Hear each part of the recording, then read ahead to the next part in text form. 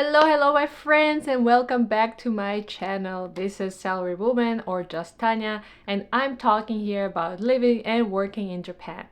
Today we're going to unpack a very important topic: finding a job in Japan with zero work experience. So if you are like me 3 years ago, not knowing what to do to find a job here, please keep watching. Even though for many people Japan is known for its strict corporate culture, it might be just the right place for you to start your career. And the reason is新卒採用, which is translated as new graduate hiring. And this is a system designed specifically to hire people with zero work experience. So you don't need to compete with those people with 5 years or 10 years of experience. And this system is good for both Japanese and foreign students. And before we start, make sure you subscribe to my channel. So Japanese society really likes to group people into categories, and in terms of hiring, the three are important for us. First is new graduate hires, second is second new graduate hires, and the third one is mid-career hires. As you can assume from the names, new graduate hire refers to people who have zero work experience and just graduated or graduated the college within the last 3 years. The second group, second new graduate hires, have people who have work experience but up to 3 years, and they're considered novices as well. And the third one is for people who have over 3 years of experience and they are already considered professionals. This video will mostly target people who have zero experience and up to 3 years of experience. So if you're wondering, how do I get to Japan, how do I start working here and not an English teaching job, please keep watching.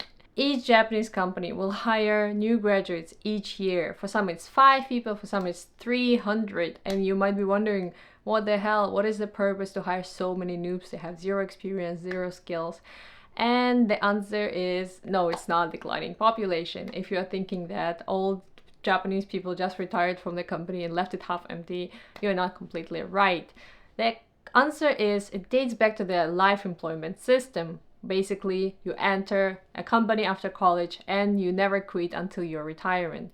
And this system is still very common among older generation. So the company that I worked at, people were working there for like 30, 20 years and they were okay with that. So in terms of that, the company will hire new graduates and they will mold them to whatever needs the company has.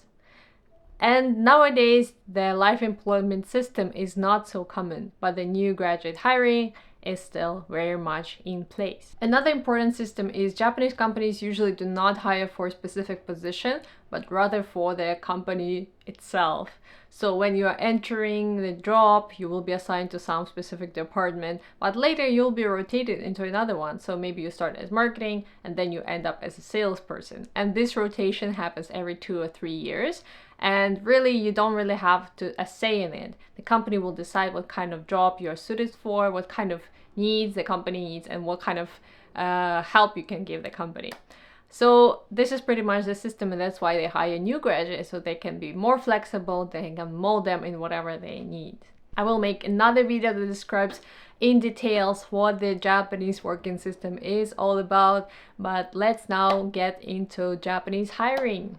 So in Western countries, the way you apply for a position, you go to a website, you go to a LinkedIn, and you just find the recruitment information and you apply anytime, even after graduation or like a year before. But in Japan, the timing for new graduate hiring is very specific and you need to observe the timeline if you want to succeed in it. Most Japanese companies will hire new graduates once a year in April. And the reason is Japanese people start working almost immediately after graduating college, and they graduate in March. Some companies will also hire for September intake, and that's very good for people who study abroad or who study inside Japan in the universities that finish in September. So I just cannot stress it enough. You have to start early, at least 1.5 years before your planned working day. And just look at this graph I snatched from the University of Tsukuba. So if you're graduated in March 2025 and you want to start your job next April, it means that you should have started your job hunting process in summer 2023. And you should start first from self-assessment. So you should understand what kind of industries are you interested in, what kind of jobs do you want to do. And during this process, I really recommend you to do as many internships as possible. Japanese internships can vary from 1 day to a few month ones, and the latest one you can think about it as a part-time job. They're usually also paid. So during these internships, you can really understand what kind of work do I want to do? Is this kind of company suits me or not? And you should do as many as possible here. And you can see that on this graph, it's almost 6 months here. So this is a very important step you should not miss. In Japan, internships are a great way to enhance your resume and also for you to understand what do you like and what you don't like. Another important thing that is not covered in this graph I just showed you is shikaku, which is translated as qualifications. And these are exams that you can take to prove that you have a certain knowledge or a certain level of skills in a specific area.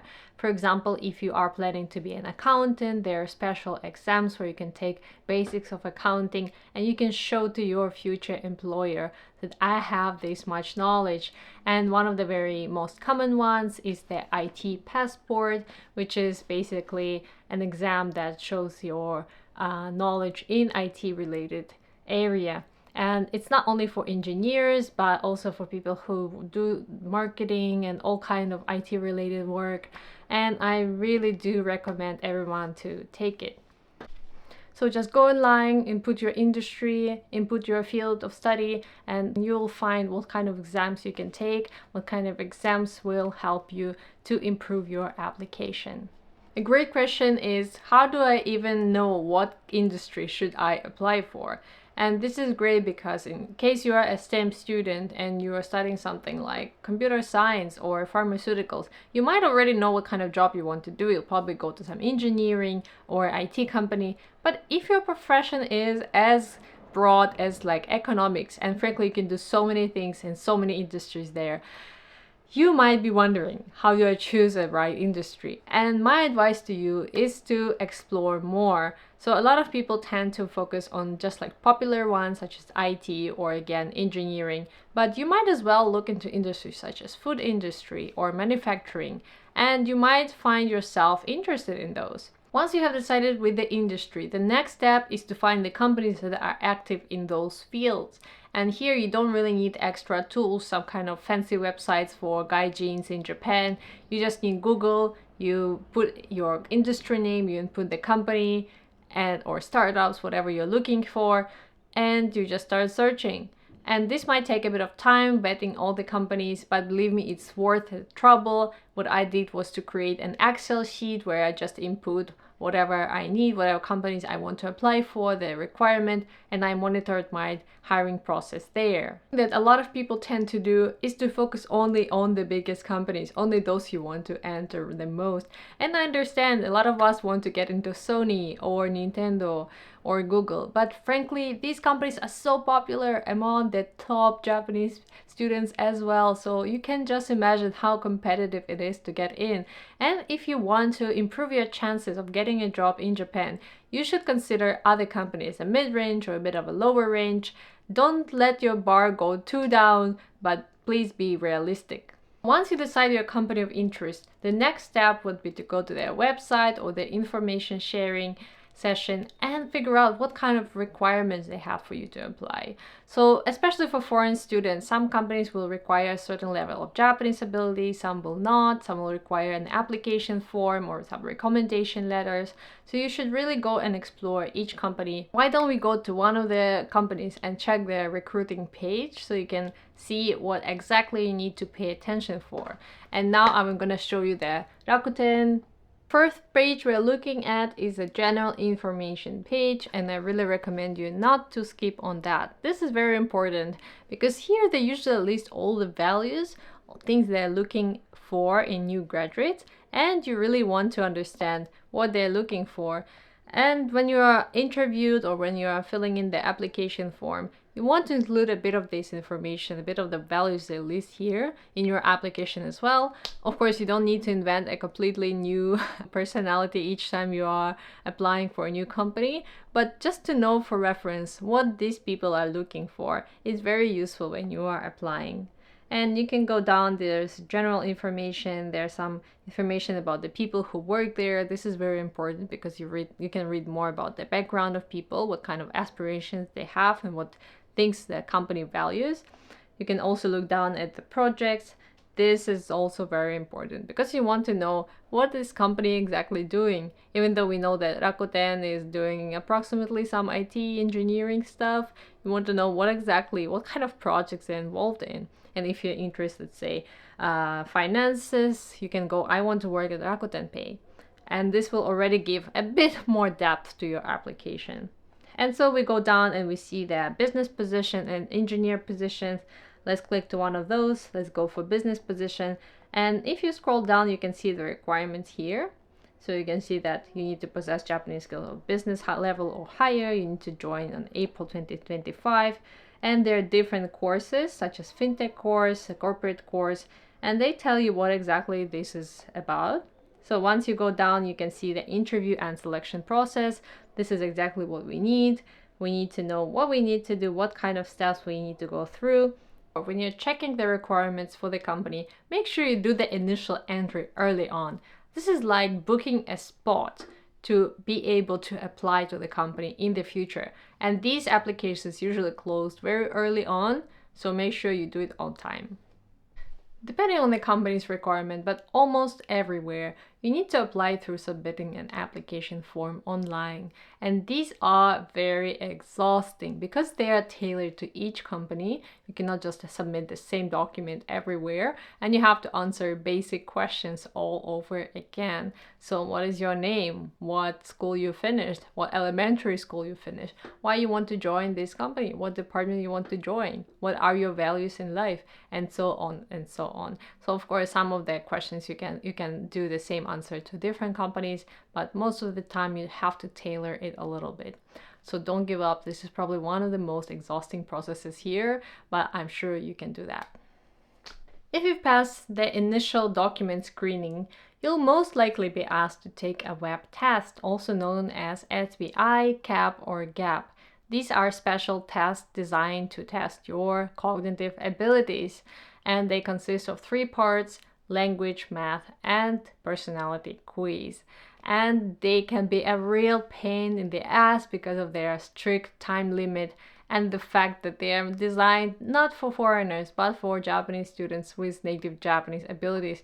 So unless you have a Japanese ability like a native Japanese student, or your company offers an English test, this can be a real bummer. But don't let this discourage you. A lot of companies just disregard this test when it comes to foreign students. They understand that we are not meant to take it. So just try your best. You can also prepare for it. You can buy books in bookstores. So my advice is do not give up. And if you pass the initial document screening and the web test, you will be invited to the interview, and congratulations if you do. Now you have to pass through 2 or 3 rounds of interviews. Some of them will be group interviews, some of them will be one-on-one, and frankly, I only had one interview that was group interview. It was a bit weird, so most likely you'll be one-on-one, and you'll be asked a range of questions such as, what is your basic information? What's your name? What is your hobbies? What did you study at school? So you'll also be asked questions like, why did you choose this company? So very standard questions, but you need to really prepare for that, especially if you are not so fluent in Japanese. And I really need to do another video where I will explain in more details how exactly you need to answer for those. For now, just make sure you prepare for these interviews. And in the end, you'll be asked, what do you want to know about our company? Do you have any questions? And here, if you say, no, I don't have any questions, this is really not a good answer. You need to have questions for a company that will show your interest in them. If you don't have any questions, it means that you either understand everything about the company, which is weird if you never worked there, or you're just lacking any interest. You don't want to know more. And this is gonna be a big no for them. The good thing about living in our age is that you don't need to be physically present in Japan to apply to the companies. You can just apply online. Even interviews are conducted online, so definitely use this chance. And congratulations, after 2 or 3 rounds of interviews, you'll get your long-awaited offer. But okay, this might be a really long way to go. You might be rejected like 100 times from different companies. You don't know their reason. You might be improving, but you're still getting rejected. And there might be a myriad of answers, okay? It might be many reasons. But the thing is, you should just concentrate on your job hunting until you find that job. First offer you're gonna get is gonna be unofficial offer, which is called nainaite in Japanese, and it basically means an offer that is made by a phone or by email. It's like, hello, thank you for the last interview. We decided to hire you. Congratulations. Please let us know your answer within the 2 weeks. And you have to answer them whether you want to accept this job or not. And you might be wondering, okay, I have interviewed for this company. It was my like 100th choice, and now I'm interviewing for this company, which is my 10th choice. And of course, I want to go to the 10th one. So do I accept the first one or do I reject it? And the answer is, you might as well just accept it for now. You're interviewing for your better choice company. And in case you're receiving an offer from that company, you might say, I'm sorry, I changed my mind. And this is not exactly the best, the most ethical way to handle it, but believe me, this is just in your best interest. This is still an unofficial offer. Things change when you get an official offer. So if you get a letter, a document which you have to sign, you have to put your stamp in there, that means the offer is made officially, and rejecting it will be a little more difficult. So make sure you get your interviews early, that you interview with your favorite companies early. This is gonna ensure that you're not gonna get into these kind of funky situations.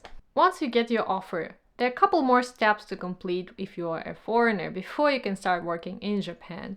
And I'm talking about getting a visa. So if you're already in Japan on a long-term visa, what you need to do is to go to the immigration center closest to you. If you're in Tokyo, it's mostly Shinagawa, and you get your visa changed. So in my case, it was a student visa and changed it to a work visa. In case you're not in Japan, you'll first need to obtain COE. This is a certificate of eligibility, which will certify what you're going to do in Japan, and you have to receive it from your company. So once you do that, you go to your local embassy and you get your long-awaited visa. What if you're looking for a job, you get interviewed, but you're just not hired? You cannot get that offer you really want. And this is a very common case. Please don't be discouraged. This is so common that you are not alone. And in this case, you should just keep trying. You keep trying to revise your application. Maybe ask someone from the outside, see what they say. Is it something wrong with your application form? Is something you're saying in interviews that are maybe not taken well by your interviewer? You should really do a bit of more self-analysis. And let's say you don't get a job until August. You still don't have a job in August. This is not so good, but trust me, you can still apply. You can still keep searching because a lot of companies are still hiring. And frankly, at this point, you might not get into your top companies, but there are many more companies which you can get in first. You can get some experience and change to better companies in the future. And as I said, if you're paid, if you have a job, you're getting experience, this is better than nothing, right? Okay, thank you so much for watching this video. I really appreciate it. I hope you found the information here useful. And if you have any questions about living or working in Japan, please leave them in the comment section. And I will record more videos about job hunting, about working culture here. So please like this video and subscribe to my channel. See you. Bye bye.